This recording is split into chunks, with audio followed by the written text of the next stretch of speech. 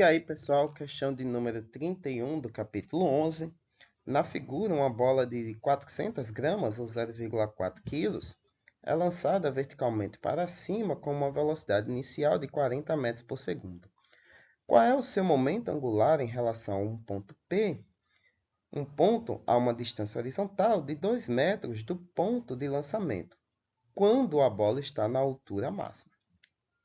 Então, nós queremos aqui o momento angular, né, da bolinha em relação ao ponto P, quando este está na sua altura máxima. Então, nós temos aqui a nossa bolinha, que vai ser lançada verticalmente com uma velocidade inicial de 40 metros por segundo, e está aqui o nosso ponto P com uma distância de 2 metros do ponto de lançamento, né, onde a bolinha se encontra. A gente sabe que o momento angular é o produto misto, né? É o produto vetorial entre o raio de distância de um eixo de rotação ao objeto e a sua velocidade tangencial a esse raio, né? Perpendicular a esse raio, vezes a massa do objeto, que é o nosso escalar no produto misto. Porém, para essa situação, o ponto máximo em que a bolinha atinge é o ponto quando ela atinge uma velocidade nula. Né? Lembrando lá do nosso capítulo 4, lançamento vertical, quando o nosso objeto, é lançado verticalmente com uma dada velocidade ou a partir do repouso, ele desacelera por conta da aceleração da gravidade, atinge uma altura máxima quando ele está a uma velocidade nula, né? Que ele para momentaneamente e reverte o seu movimento, começando a exercer o movimento de queda livre. E como a velocidade é uma das grandezas necessárias para se calcular o momento angular de um objeto, e a gente tem apenas a velocidade no eixo y, não nós temos em x nem em z, isso significa que isso aqui daria uma multiplicação de matrizes por zero, porque em y também se tornaria zero, que é o ponto máximo. Logo, não há momento angular para essa partícula em relação ao ponto P quando esta atinge a altura máxima. Na letra B, ele pede o seguinte: e na metade do caminho de volta ao chão? Bom, agora sim nós podemos ter um momento angular, porque na metade do caminho a partícula vai estar a uma certa velocidade. Porém, a gente precisa também das coordenadas da partícula. Então, nós vamos ter que calcular a velocidade da partícula e a posição que ela se encontra nesses eixos de coordenada em relação ao nosso ponto P. Então, vamos para a resolução. Bom, pegando aqui a nossa equação de Torricelli, nós podemos determinar aqui a altura em que a bolinha vai se encontrar. Então, a sua velocidade final vai ser nula. Essa velocidade final vai ser nula. Perdão, minha gente. Eu vou calcular primeiro aqui a altura máxima que a bolinha vai atingir, porque como é que a gente vai saber qual é a metade do caminho se a gente não souber qual é a altura máxima, né, que ela atingiu? Me perdoem por essa falha. Então, a gente vai calcular aqui a altura máxima, e é só dividir por 2. Então, dessa forma, nós vamos ter o seguinte. A velocidade da bolinha na altura máxima é o quê? É zero, que é como apareceu aqui. A velocidade inicial da bolinha, 40 metros por segundo, que está ali no nosso enunciado. Então, a gente isola os nossos valores, quer dizer, isola a nossa grandeza deslocamento e faz aí um quociente entre a velocidade inicial ao quadrado sobre 2 vezes a aceleração da gravidade. Lembrando que fica negativo, né? Porque a gente soma os dois lados da equação por menos v quadrado, né? Então, aqui esse v some, né? Porque vai dar zero e fica do outro lado somente menos v quadrado. Depois dividimos os lados da igualdade por 2g. Aí vai ficar v0 quadrado sobre 2g negativo, né? E aí substitui os valores. Lembrando que nesses referenciais, né? A gente está adotando aqui, ó, como você pode ver, para cima como sendo sentido positivo de y. Então, o vetor aceleração gravidade é no sentido oposto, então, portanto, fica com um valor negativo. E aí, resolvendo, nós temos, então, uma altura máxima de 81,6 metros por segundo. Oh, perdão, metros por segundo. Ai, meu Deus do céu, tá foda. Metros.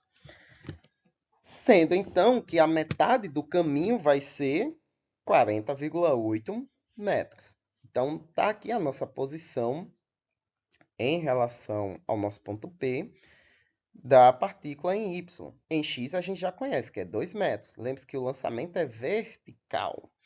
Então, quando ela chega na metade do caminho, nós temos aqui as coordenadas da posição da partícula em relação ao nosso ponto P. Então, nós temos 40,8 metros para Y e 2 metros para X, né? Que os 2 metros já está dito no nosso enunciado. Pegando mais uma vez a equação de Toys-Selles, agora calculando para a queda livre da partícula, a gente pode calcular que velocidade ela está quando chega à metade do caminho. Dessa forma, então, nós temos que a nossa velocidade inicial é nula, porque é a velocidade de partida do ponto mais alto. Lembre-se que o ponto mais alto ela está com velocidade zero, e ela começa a acelerar devido à gravidade. E v quadrado vai ser a velocidade com que ela se encontra na metade do caminho, ou seja, a uma altura de 40,8 metros. Então, isola nosso v aqui da equação e extrai a raiz de 2g delta y. Substitui os valores, né? Nós temos aqui 2 vezes 9,8 vezes 40,8. Você pode pensar assim, pô, mas aqui você não considerou g como negativo? Você pode fazer isso também, né? Considerando aqui o referencial, né? Então, g é negativo, mas também o deslocamento é negativo, né? Porque a partícula se desloca no sentido negativo do eixo y. Então, nós temos uma multiplicação de dois números com sinais iguais, o resultado é positivo, e aí o final vai ser o mesmo, né? 28,28 metros por segundo. Então, nós temos agora a velocidade da partícula neste ponto aqui em que ela se encontra, né? Na metade da altura máxima que ela atingiu. E como o momento angular é o produto misto, né? Entre a massa, o raio e a velocidade, nós temos então as coordenadas desses objetos.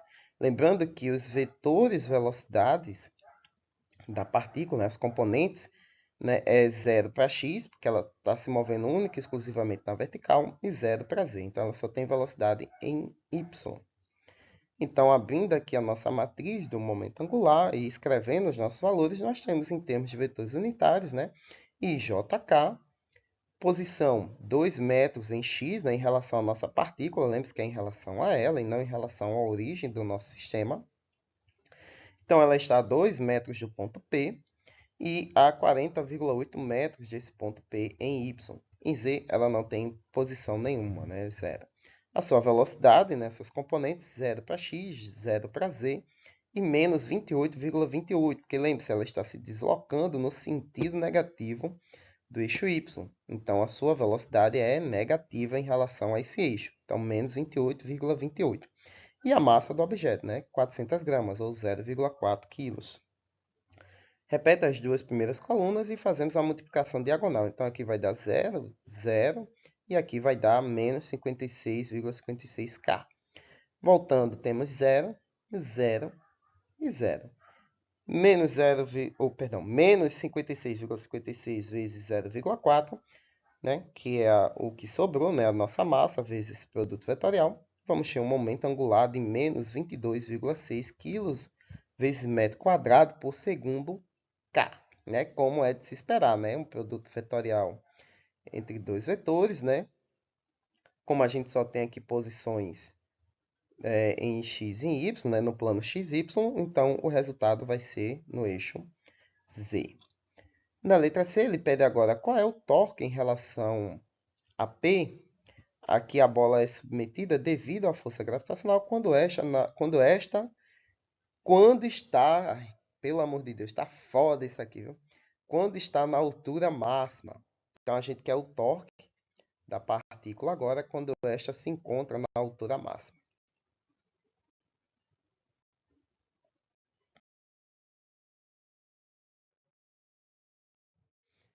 Fazendo isso agora para ela, o torque basta apenas aplicar, né, o produto vetorial entre a posição da partícula e a força que atua sobre ela. E aí, como a gente está usando em termos de vetores unitários, a gente vai encontrar aqui as componentes de cada uma delas. As componentes da posição a gente já tem, né? 2 metros e 40,8 metros e 0 para z. E a força? A força só existe no eixo y, porque ela não tem aceleração no eixo x, não tem aceleração no eixo z, ela apenas cai em queda livre devido à aceleração da gravidade no eixo y. Então, a gente de força só vai ter a componente y nesse sistema, que vai ser o próprio peso da partícula, né? Já que temos a força é o quê? Massa vezes aceleração. A única força que atua sobre ela é a aceleração da gravidade, que é g vezes a massa da própria partícula. Então, substituindo, nós temos, né, IJK, a posição da partícula, 2 metros, 81,6 e 0. Né? Lembrando que aqui é no ponto máximo dela, não na metade. E a altura máxima que ela atingiu, 81,6 metros. As forças que atuam sobre ela. Em x não temos força, em z nós não temos força, e em y é o peso da partícula, né? Sua massa vezes a aceleração da gravidade, que é a única aceleração que atua sobre ela nesse eixo. Então, nós temos 0,4 vezes menos 9,8, que é a aceleração da gravidade. Repete as duas primeiras colunas e fazemos a multiplicação em diagonal. E aí nós vamos ter ali menos 7,84K e o resto é tudo zero. Dessa forma, então, o torque atuante sobre essa partícula em relação ao ponto P é de menos 7,84 newtons vezes metro K. Na letra D, ele pede o torque para a partícula quando essa se encontra na metade da altura máxima. Se você olhar bem, a única coordenada que vai modificar-se aqui é a posição em y, né? Que em vez de ser 81,6, vai ser 40,8. Não é isso? 40,8. A gente repete e aí vai ter o seguinte, 40,8, que é a única variável que vai se modificar. Se você olhar aqui, não vai alterar, né, o valor, porque ó, vou pegar aqui para ser melhor. Aqui, repete. Então, ó, a única variável que muda é essa aqui, que está aqui também. Mas a única termo que participa da multiplicação é esse, que vai ser por quem? Por zero, que vai dar zero. Então, isso significa que o torque não vai mudar. Que ó, aqui vai dar zero, aqui vai dar zero, aqui vai dar menos 7,84, aqui vai dar zero, zero e zero. Então, veja que a única variável que mudou, que foi a posição da partícula em relação ao ponto P, não altera o torque atuante sobre ela. O torque vai ser o mesmo, independente da altura em que ela se encontra. Menos 7,84 newtons vezes metro K. Muito bem, pessoal. Espero que tenham acompanhado a linha de raciocínio comigo até aqui. Curtam, compartilhem, se inscrevam no canal se você é novo para nos ajudar a crescer. E como sempre, aí no final, dúvida, crítica e sugestões aí embaixo na caixa de comentários. Me perdoem por alguns erros aqui no texto falado, né, que eu estava confundindo metros por segundo com metros. Às vezes acontece, é uma loucura. Eu sou bem avexado assim mesmo. E às vezes eu me embrolho nos textos. Mas espero ter ajudado de alguma forma. E até a próxima questão.